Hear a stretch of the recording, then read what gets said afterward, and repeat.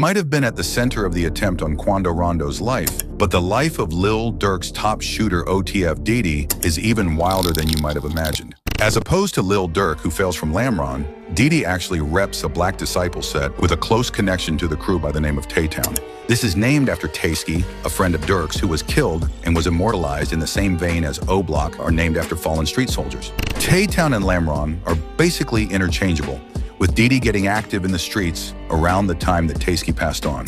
After that happened, Didi caught his first body, taking out his rage on a member of Gangster Disciple's rival Shields. A war ensued with many losing their lives, and in 2014, this would lead to Didi being incarcerated after he allegedly slid on a rival with two fellow Tay-Town members. As a result, he was quickly struck with a murder charge, and this prompted Didi to spend several years behind the wall awaiting trial. But even while he was in the county jail, Didi got no reprieve from the politics and conflicts of street life, as soon he'd be involved in a high-profile fight with Lil Sean from the PBG crew.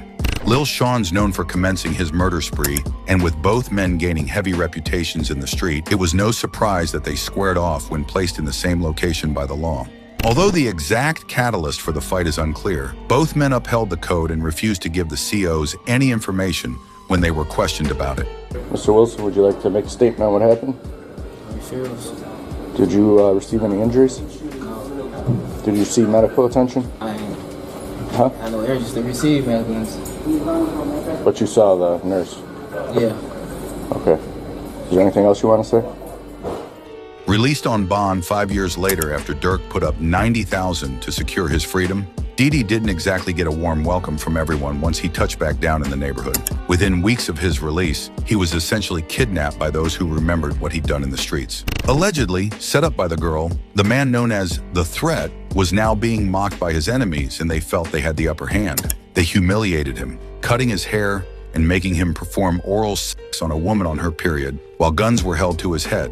But Didi wasn't going to retreat quietly into the shadows. When OTF signee Memo 600 began to develop a fractious relationship with Durk and the crew, he took shots at Didi on what he'd gone through. This prompted Didi to claim that he'd catch up to him and get his revenge. While he's been clowned by his enemies, it's speculated that it didn't prevent him from being any more committed to the cause.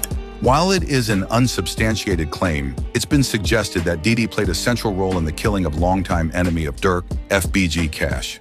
On various tracks, Durk himself even implied that Didi was not to be played with. On the track, Threats to Everybody, he spoke of his friend's eagerness to do dirt when he claimed that I got Jam and Didi the same gun, like what we need this for. Described as a killer, not a rapper, by Durk on X's with Glorilla, Didi appears to have been a trusted confidant of Durk's as well as his go-to guy when he needed something done on the streets. Despite overcoming the murder case from 2014, Didi is now facing another hefty sentence for his connection to Durk's murder-for-hire case in relation to the violent killing of Lul Pab.